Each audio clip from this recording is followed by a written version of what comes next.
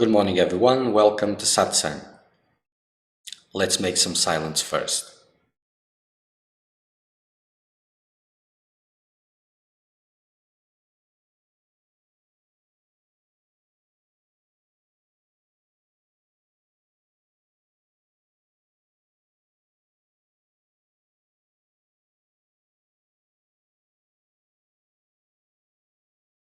In the absence of thoughts, mind rests at the source,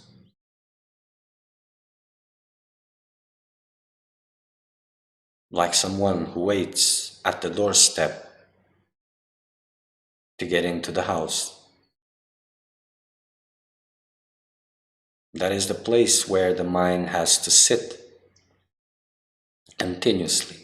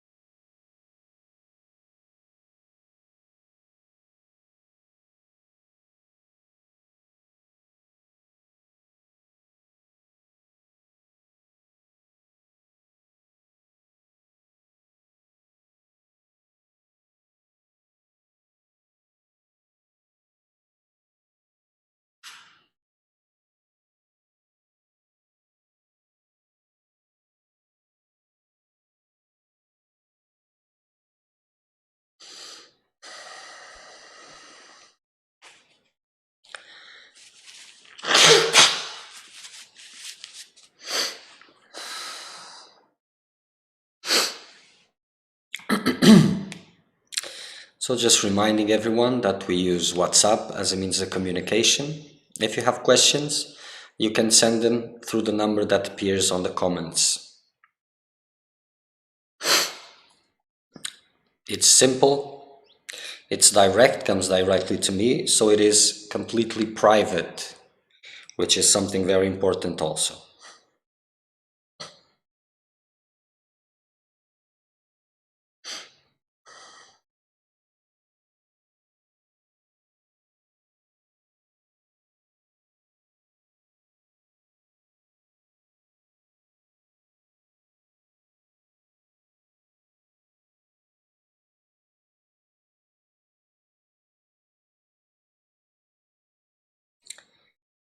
I will answer your question now. Hello Narayana, I have a burning question, hopefully could listen something about it from you. I have begun doing self-inquiry for the past 2 years and it has been triggering a lot of trauma. The understanding that I'm not mature enough for Advaita teaching is arising and I still have this question. Should I search the right spiritual path for the moment or is it important to do some trauma work? I need some guidance. Thank you for your attention. Blessing.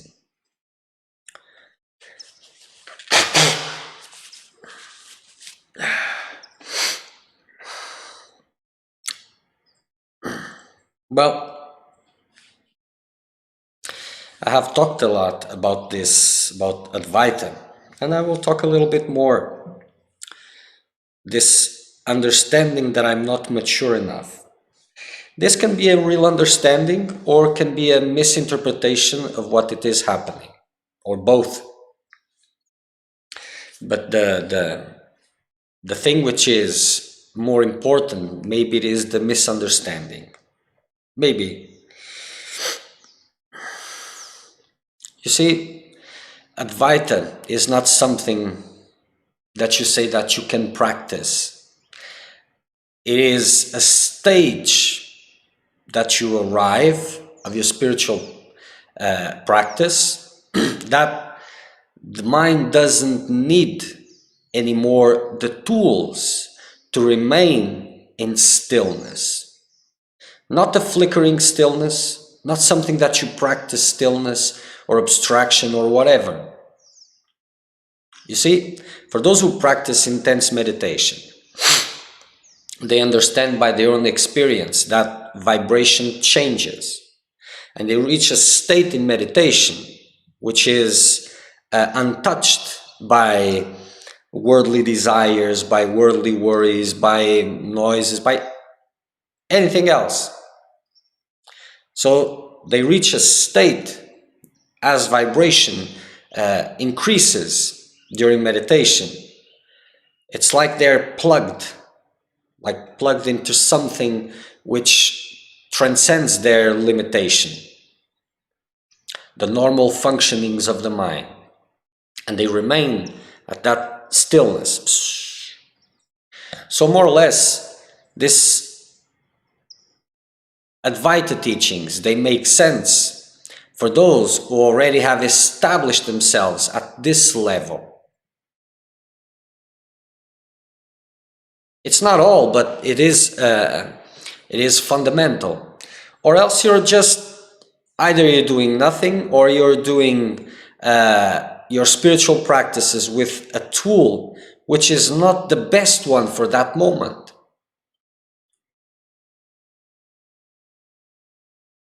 And it will actually take longer.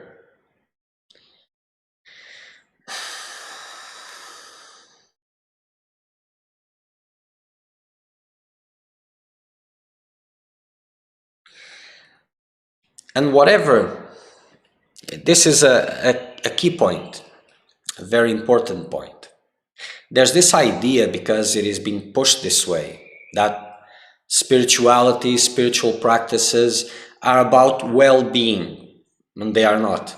They are, but the real well-being, which is something that transcends body-mind. But even it radiates to the body-mind if it is possible, needed, important, whatever. But that cannot be the case also. So this idea of doing spiritual practices or quest for truth or what you want to call it, for well-being purposes, this is naive, and it's being pushed by a lot of teachers and whatever, but it is wrong.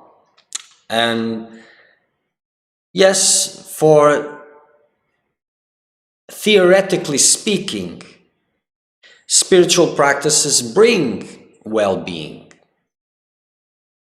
theoretically speaking, but the spiritual practice is an acceleration of this quest for truth. And by accelerating, everything accelerates. It's complicated, but I'll try to make it simple.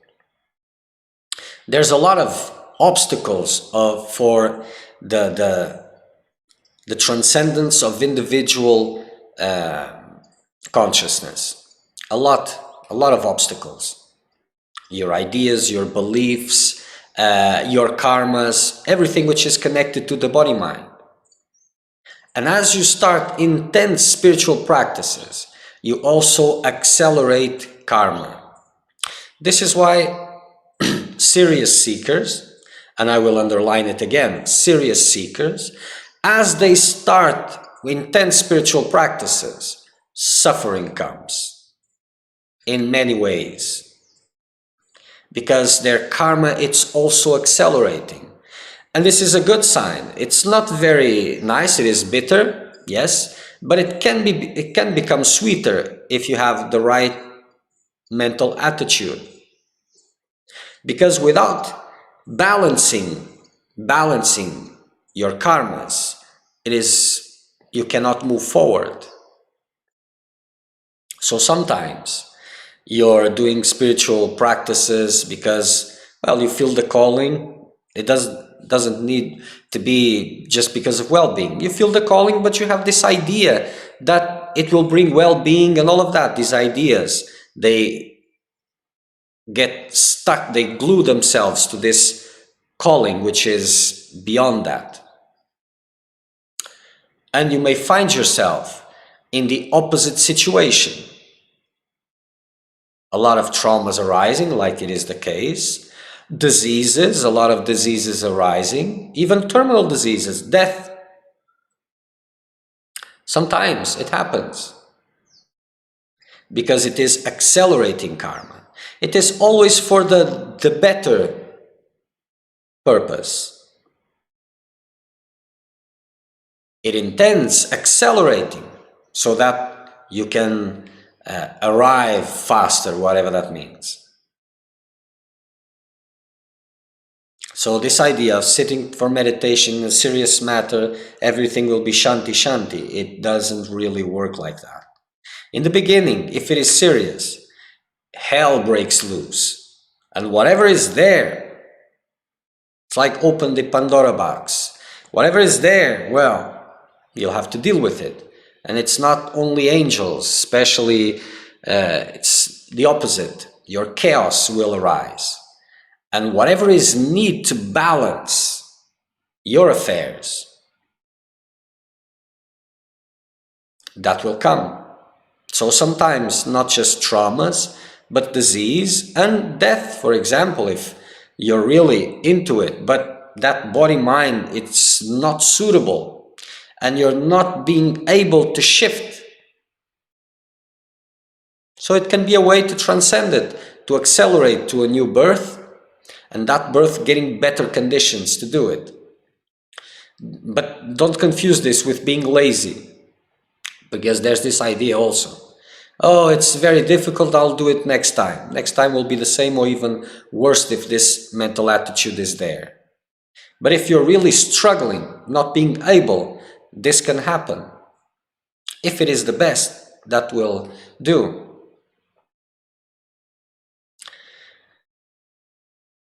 So there's no guarantees of what happens. The only guarantee is if you're pushing hard, investing hard, that will pay. You will not lose that. And it will take you to the best direction possible. But that doesn't mean that you will understand the direction. It means only that it is for the best possible, with the best outcome in mind.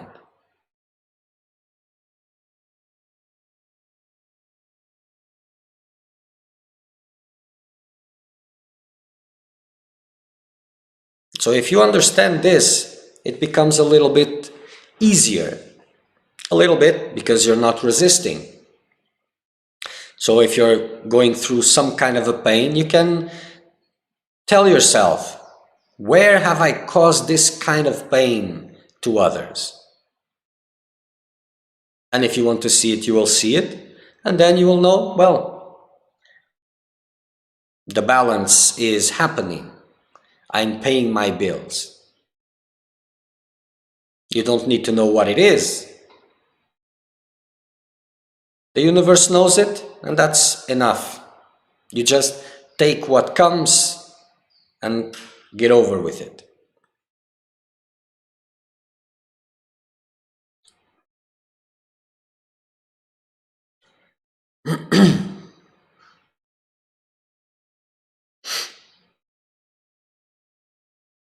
So this trauma that is being triggered, well, that means it is there. But what does this mean, doing some work, some trauma work?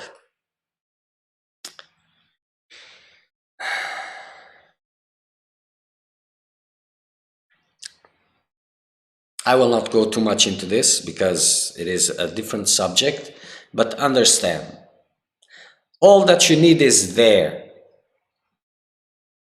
Unless you don't have the strength which is needed, not the strength, but the faith, because if you have faith, strength will come. But everything is there at the spiritual practice level. All other things is to make you feel better with the situation. It's not the point. Traumas are dense, condensed energy. They are, how do you say this? Gross energy, condensed.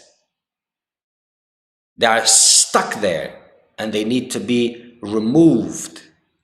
Not understand, not feeling better with it, removed.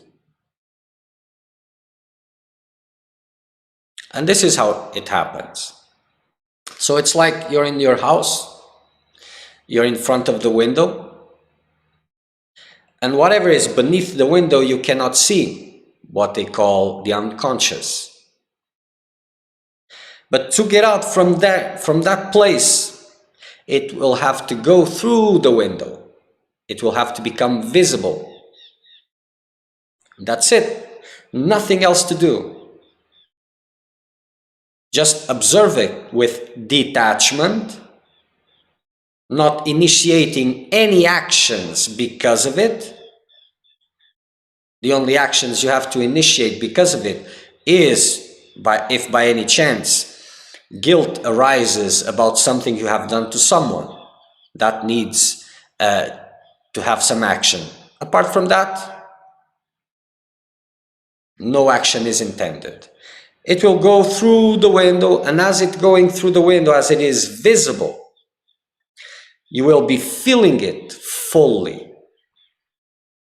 And if you don't understand, you will identify with it and try to run from it, try to change it, try to work it. And this is how you push things back again. They didn't left completely. So they come to the visible point, then actions are undertaken, and it goes back again and disappears and stays there and continues to create experiences. But if you observe, as you silence yourself, the level of silence you achieve determines what can surface from there. As it surfaces, appears on the screen, becomes visible, and you continue in a detached mode, feeling everything, but not doing anything to get out from there, just observing. Then it leaves the visible place and you will feel an expansion, an inner expansion, an inner growth.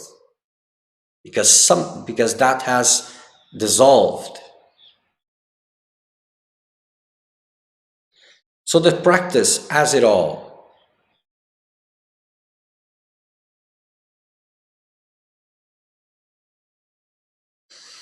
You just need to persist long enough. But for sure,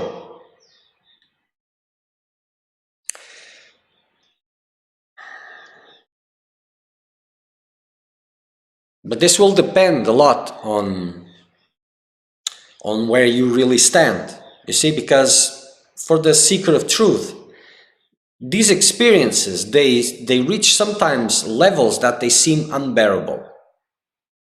But the thing is, if they're there, then it is bearable. It is possible. Or else it wouldn't be there. But the seeker of well-being, he cannot reach this level. Sometimes he reaches it, but he cannot stay. This is what makes the difference. So, if you're a seeker of truth, then yes, probably, surely for the description, you're not mature enough for Advaita, but you can keep an eye on it. And you can bring intense meditation in a way that fits, because if it is something that it is dear to you, then you can sit meditating, just remaining at the source and intensifying this meditation, 2 hours at least in a row. And then buckle up, because all those things will arise. If you're really a seeker of truth, because if this is about well-being, if you try to do this, it can be detrimental. Then it is better for you to do your trauma works and whatever you feel that it is best. But for freedom's sake, it is something else. You will have to go through it. And meditation, for those who have this vision and they feel attracted for Advaita, and I'm not talking about the majority, because the majority feels attracted to Advaita because there's nothing to be done and they're lazy. And this is nothing. But for those who have this, who this concerns them, then it is good, and you can practice meditation in this way, without a technique, an outer object. You can focus on this stillness. As you ask the question, who am I? Attention moves to a point, to a place. If you observe it, it moves. It is the same place that the mind rests where there's no thoughts. And as you intensify silence and stillness in a sitting posture, that will become alive and visible. Of course, all this changes if there is guidance. Then there are no rules. But without it, this is good. And you will find whatever you need in your spiritual practice. There's no need for anything else. But understand, when you're practicing seriously, anything can happen. And the seeker of truth must be ready for it.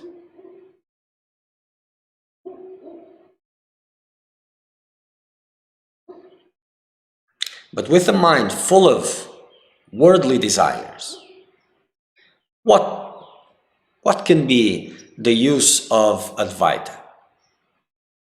It's just a child's play. You will not understand it, even if you think you do. But to be able to stand at that level, impossible.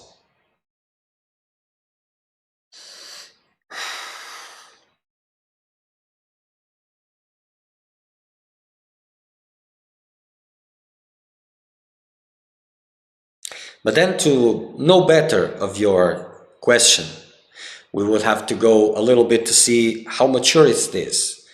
Because, well, you're saying that you're practicing self-inquiry, but that can mean a lot of different things for a lot of different people. So we would have to see, what does this mean actually? If there are any other practices, what is the context of your life? We would have to go through all these things to get a better image. And always the better image is the better image for you. So if you want to clarify a little bit better this question, you can send more details and even more questions, and I will answer.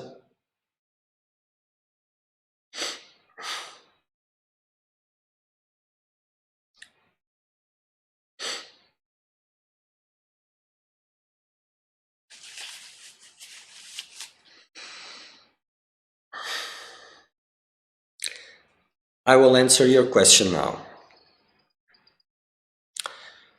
Namaste Narayanji. I thought of asking my question and was hoping you would keep my identity anonymous. Well, my friend, here in WhatsApp, it is completely anonymous. There's no way. And even if it was in someplace else, I will never say the name unless you have put it on the comments. So if you have put it on the comments, well, it is there. So I can call by name. But even the name doesn't say much. But if you want it to be completely private, this is why I use this WhatsApp, because you can send your questions here. No one will see there in the comments, and you can make the comments you want also, but your questions will remain completely anonymous. And I give the warning here, so I'll warn you when I'm answering your question. So it works just fine. First time I ask you about something, you mentioned that a true master comes to you, or such a blessing is on the rise, nowadays because of rising demerit in the world. So it is true that because one has led a sinful, selfish life, a master comes to show you the right path. Does the same master comes life after life to pick up his devotee or remind him, her, about his existence? Or could it be that he may have come to you for the first time? Also, what makes a master choose me over someone else? Well, a lot of questions. Well, these are not just either or. Anything is possible. But this idea that a master is choosing you for someone else, I hear this a lot. This is interesting because I hear this a lot. And why this comes? Because of low self-esteem and the need to override that low self-esteem. But understand, if a master is calling you, that doesn't mean that he is preferring you to someone else. If he is there, he is calling those who have the calling. And those who have the calling may or may not answer. But that doesn't mean that he's calling someone in regards to another one. But there are also different types of gurus, different types of everything. So yes, you can be being called life after life. That's a stubborn guru because, well, if he calls you again and again, then you're always sleeping. So what's the point? But okay. But there are stubborn ones. And you can be called for the first time, depending on a lot of things. I will not go into that subject because, well, too much speculation. Not speculation, but too much of a subject that doesn't really add much. But anything is possible. Let me see here. The thing is, it is always individual. So if you're getting that calling, then honor it. That is the only thing. Wasting time, why me? Why not others? everyone can qualify if they want. So one being called is not in the sense that it is being chosen apart from the others. It has nothing to do with that. So much so that when you find your partner in life, when you're looking for your partner and you embrace one and you get married, for example, are you rejecting all other people in the world, all other possible partners, or are you focusing in one? So I'll marry you just to reject everyone else. Is that the case?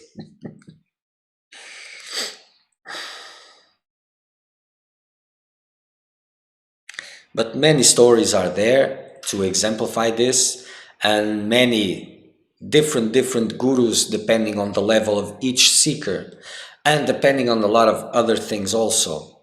So everything is possible. Sometimes a guru takes you to a certain place, but then something else is required, and well, not going to specifics. Okay.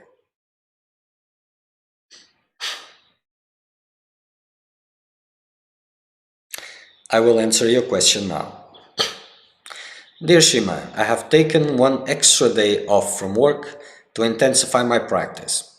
Good. That day I spent 10 to 12 hours continuously meditating by alternating 2 sitting on a chair and 2 hours sitting cross legs. I change from a chair to cross leg every 2 hours because otherwise my legs become very sensitive.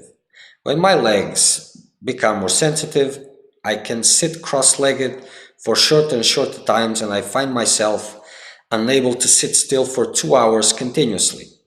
Yes, I remember that you said in satsang that you should always sit at the same place, but I don't know how to do so when my level of endurance is still weak. I'm able to sit longer on a chair and have less discomfort in the legs when I sit for longer periods. Should I meditate only in this posture then? Of course. Not because, you see,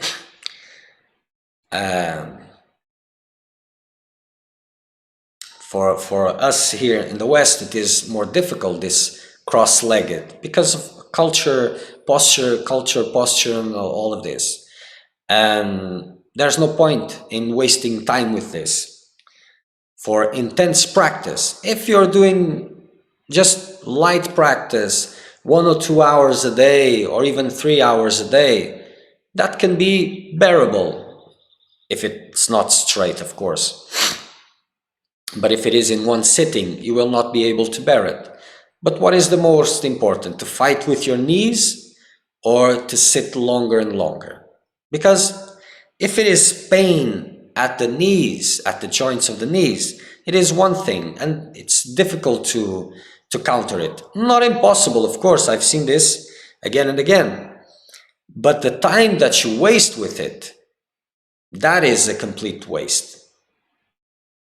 So, and disturbs your meditation and how deep it can go.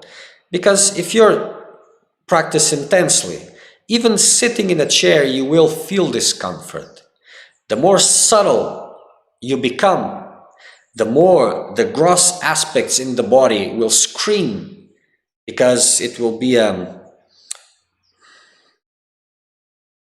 this subtle energy makes it visible, not just visible, but overwhelming. So, and it is a way of, how do you say this, of making it subtle and subtle and subtle. So by sitting in a chair, you can go deeper, because that postural discomfort will not come. Other discomfort will come, of course, intense one, and it's the same. Don't move. But sitting cross-legged, for those who are not used to it, for longer sittings, that will be something that can be overcome just with a lot of time and a lot of work of asanas and all of that, and food, of course, or very small amounts. And but you can jump that stage and sit straight, the same posture, sitting straight, firm, and without any movement. Keeping the spine a little bit arched, chest out, stomach in. And keeping that posture, not just relaxing and going against the chair, is the same. You don't put your back against the chair, you sit in a straight position and you meditate there. So that discomfort that comes from the knees, you can bypass. You will deal with other discomforts which are similar by sitting cross-legged. So it doesn't disturb in the least. But this thing of 2 hours sitting on the floor, 2 hours on a chair, this feeds this rajasic tendency in the mind. So whatever you do it the same way.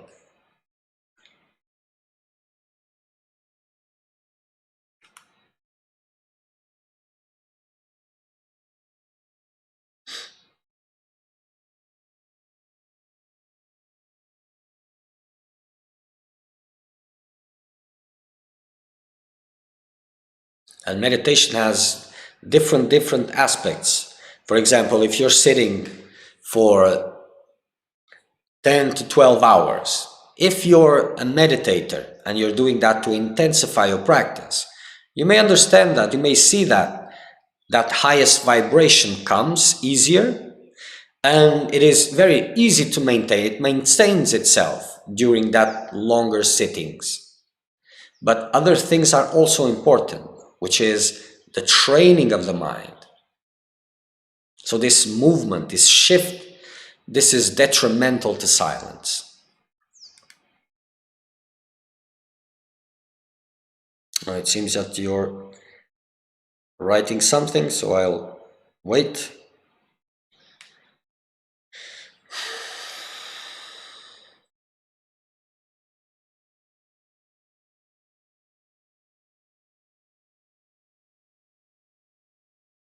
So these days, to make your practice deepen, this is very good. But let us not confuse this with, for example, I'm doing almost nothing as a spiritual practice, and then I go for a retreat or a day and I intensify. That is not intensifying, that is starting a spiritual practice. It's different. To intensify, it's very good to maintain an intense level all day, all through the days, and then a day that you go even more intense. And if you're meditating, you don't even need to eat, you can fast, and then you can enjoy it even more.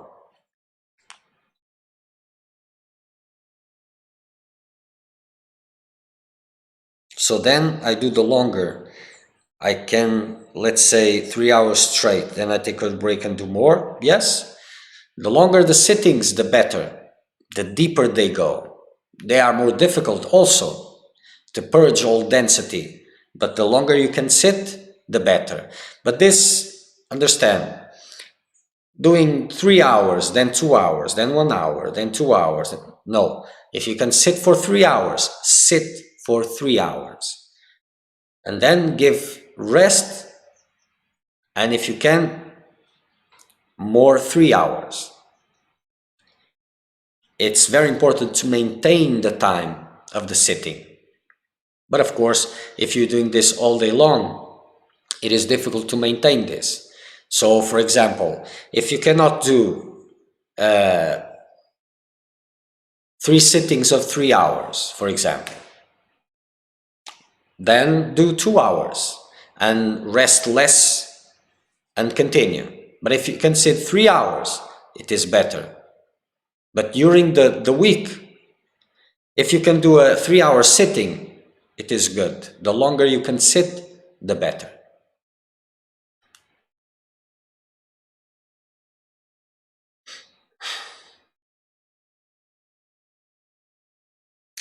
Okay. Thank you. As you said, a lot of darkness has been coming up, even demonic images, or a sense of losing connection with reality. Inner terror, yes.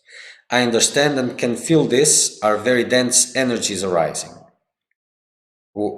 However, I don't really have a guidance. There is a fear of not moving in the right path. I'm in Brazil with my family, and they are into spiritual path. Anyway, thank you so much for the answer.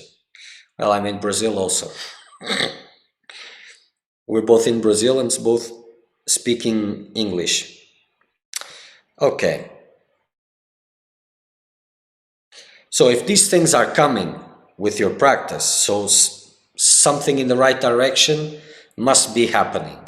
And all these images, this is normal and doesn't mean that it is only from you, because there is a lot of disturbance, outside disturbance, that is usually assailing seekers that are trying to intensify their spiritual practices.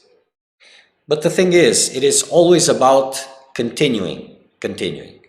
And if you're serious, and if you're intensifying, if you're trying, in some way, some sense, guidance will come to you. Or you will go to guidance, whatever.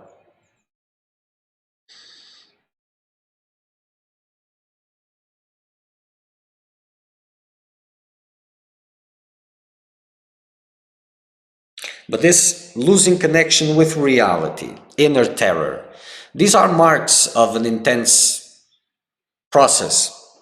It can be in the beginning without knowing much of what's going on, or what does it mean, or why it is coming like this, or it can come a little bit later.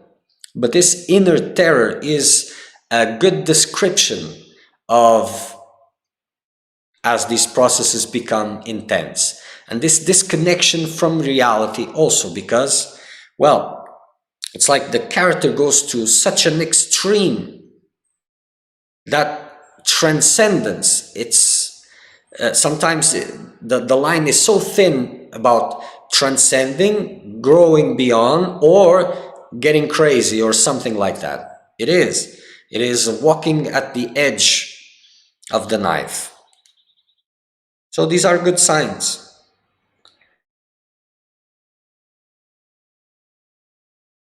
Or you're really having some problems. Okay.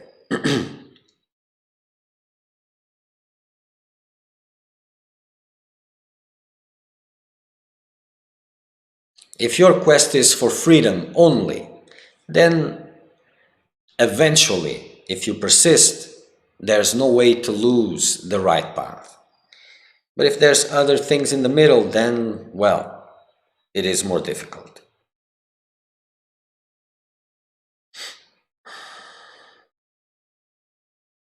And if you have difficulties it doesn't seem that you have, but if you want to say something that it is more difficult for you to explain, you can send it in Portuguese and I will translate it here and answer.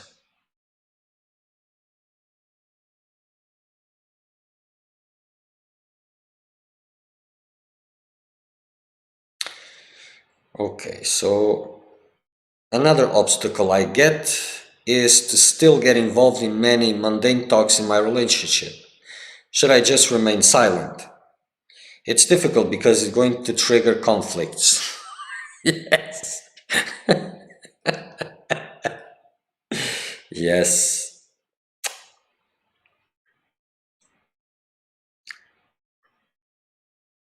Well, there's a good technique for this, because, well, yes, in a relationship, if you just go silent, if you could just go silent, because these talks, they happen because both ends need something, not because just the other end, but the seeker only tends to notice it when it is about the other needs.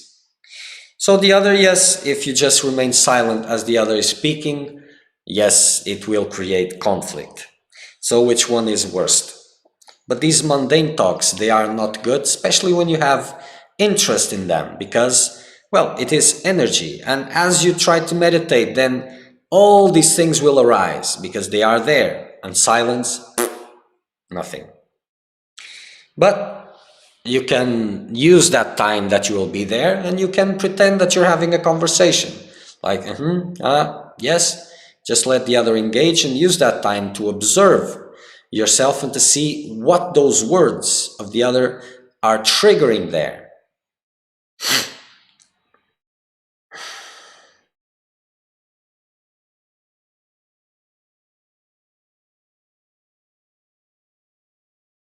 But it's difficult. There's a lot of strategies that can be upheld to avoid conflict, but conflict will be unavoidable if both are not walking the same direction. And that doesn't mean that, we're both into spirituality. It doesn't mean anything. If someone is doing something, its vibration is changing. As the vibration is changing, becoming more subtle, the other one's vibration will try to pull it down again to the same level, to a harmonic level. So, an harmonic level, it doesn't mean that they have equal vibration. It means that the vibration are at the level that they needed to be, that it was previously. For example, your partner is very bad to you, and you imagine that you are very sweet to him. And you say that it is bad, for example. But if your partner starts getting sweet to you, the thing that you wanted to happen, and you always wished it to happen, you will not like it. And you will do whatever it is in your power to make him bad again. Because relationships, they function on particular levels, and it's very difficult for them to evolve. Not impossible, of course, but difficult. And in the spiritual path, this is why being alone is the best, because not just because of the conflict, but because, well, if you're in intense practice, then you are changing very fast. And if you are changing very fast, the person that you would be interested in will change also very fast. So if you're in a relationship, it will probably become useless. And then what will keep you in that relationship? All the worst that can be. Attachments, fears, not interest, not love, not admiration. Nothing of that will remain. A little bit, yes, but not enough for a relationship. Then it becomes bitter and bitter and bitter. So if you're in it, you will have to deal with these things. You can try to avoid conflict, but if vibration is changing, it will be unavoidable unless the other also is changing. But you cannot push this, you cannot interfere in this, because if you do, you will create that conflict, it will be unavoidable. So if the other one is also moving, it's because of its own interest, not because it is being pushed. Because, well, you can push someone to a certain extent and they can change, that their energies can change, but not their vasanas. They will not change. And as it stops being pushed, it goes back very fast to where it was previously, or even worse. So everyone has to move according to their own feet, to their own desires, nothing else. But some strategies can be arranged, because peace is very important. But let us not forget, let us not make confusion by confusing peace with the need to avoid conflict. Conflict is also needed sometimes. If it is there to just feed itself, then no, but sometimes to change things, it needs to be there also.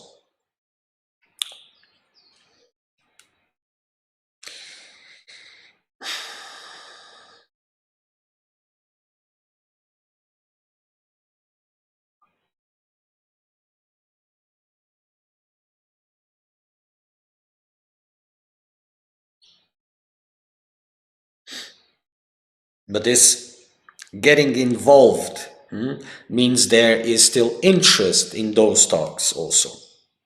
So you can use that time, just nod, yes, make a comment or two, because usually those talks, they are not about talking, but about being listened, and observe and work your detachment towards those subjects, and see what triggers there inside, and don't let yourself involved. Use that time to work these things as you appear to be interested. But this, in the long run, if things are moving, it will not avoid conflict. It will come in some other form.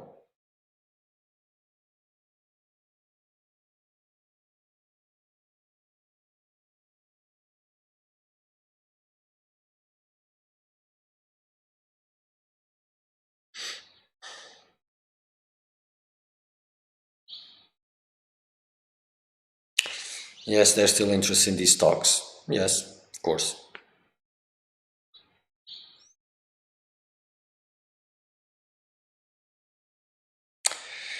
Yes, interest in not hurting her. Yes, a lot can be said about this, but it's complicated.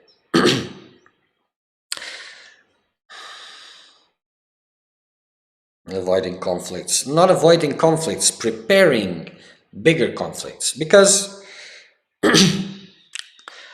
one thing which is very important for a seeker of truth, if he is still entangled with the world, dependent on whatever, he needs to understand that he has to be ready for anything. And one thing that he needs to put in mind is if something is really good for my spiritual path, if the love is real, then it will stay. If it's not, it will go. So this has to be there. It's not about being insensitive. No, no. It's the opposite. And relationships. If you're protecting a reality which is not there, then eventually that will explode even in a worst way. So sometimes people need to compromise. Learning to compromise is also important, whatever that means. And preserving your needs as a seeker of truth. But this, preserving your needs, but in that situation that can be detrimental also. Complicated. Avoiding conflicts is very complicated. In theory, everything works just fine. But in practical terms, because, well, if the relationship is there, if the worries about it is there, so dependency is there also. And in some sort, your needs are being met, or else you wouldn't be there, more or less.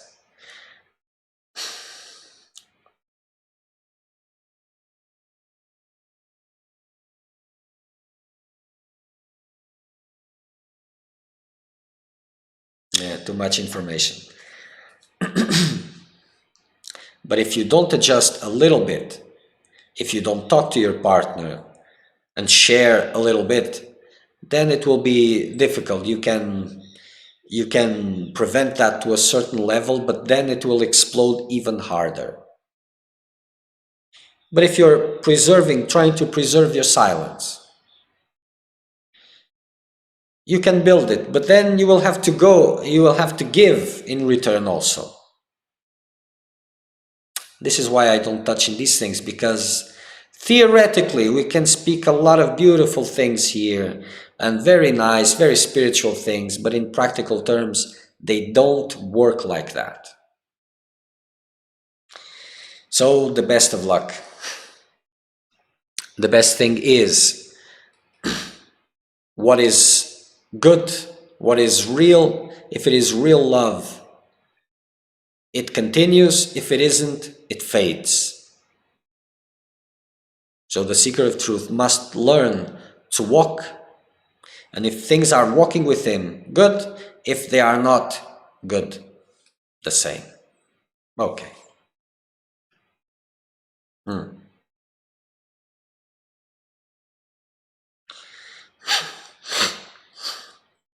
Am I deceiving myself to think that I will be better for my spiritual path to be alone?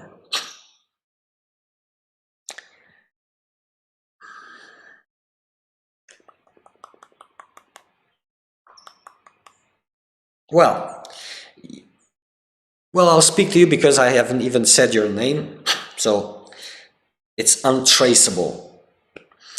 Because I know, you see, for your needs, the need to consider others and to learn this, empathy and all of this.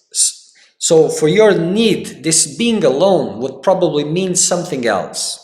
So this can be real, being alone, but not the way that you are thinking it, and not by your own hands, and not in the sense that you are imagining it to be. So it will probably come the time for it, but you're not using in the best way this moment that you're not alone. Sensitivity, empathy, this human part is missing, and you're avoiding this, and it is around you. You're avoiding this because it also feeds your personal narrative. It fits. So this being alone right now, without guidance, would mean closing yourself in your bubble even more. Even more. So when I was answering, I have to answer also in general terms, because it's not only for the one who is asking the question. So I was a little bit, because I don't want to feed these relationship things to others. But in your case, learning to deal with this is important. Learning to be human, to be compassionate, to learning empathy, learning to share, to be open, all these things, they are important as intense spiritual practice continues. And if the need will come to be alone, let it come, but make sure that you have taken all that you need from those circumstances. If you do, probably that need will not arise also, but that is in the hands of fate, because you cannot predict tomorrow, and it is pointless to do so. You see, circumstances exhaust themselves. So if you're there practicing and you're imagining, oh, when I'll be alone, it will be better because I'll do this and I'll do that, and it will not have this, will not have that. That means for sure that in some sense, you're not making the best use of the circumstances you have now. Nothing lasts forever. So if you're taking the best use of the circumstance you have now to your spiritual work, when those circumstances exhaust, and if others are needed, it will change. If others are not needed, it will continue, but that will not be a problem, whatever that means. Usually, changes are in the path of the seeker if he is intensely practicing. If it's just mild practice, things take a long time to change. The more intense is the practice, the more intense are the changes. It's like you're accelerating karma also. So you're speeding up everything that would take 100, 200 years to live. You are shortening it to 10 years, for example. So things become faster, and things that you would live and you have to experience like this in these circumstances, a lot of them you start experiencing in what you call the dream. So everything accelerates. So if there are better circumstances, okay, you can put them in mind, but that doesn't mean that you will go around the obstacles in the present circumstances. Because if there are obstacles there, surely there are also a lot of things to learn. And when it comes its time, it will exhaust itself.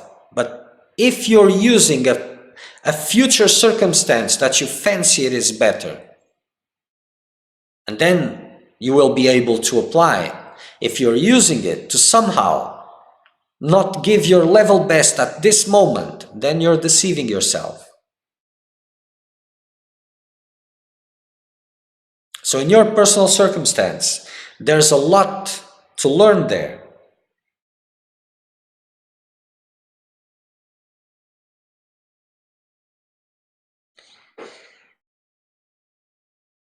No, okay, this is me talking too much and you're not understanding.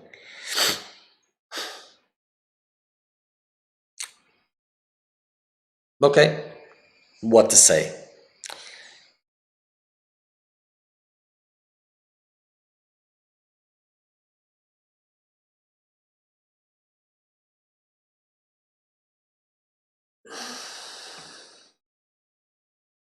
So next satsang will be Wednesday?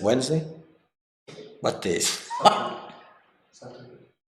Okay. So next satsang will be Saturday, 9 o'clock in the morning, Brazilian time, UTC -3. Until then, well, make it real for you. But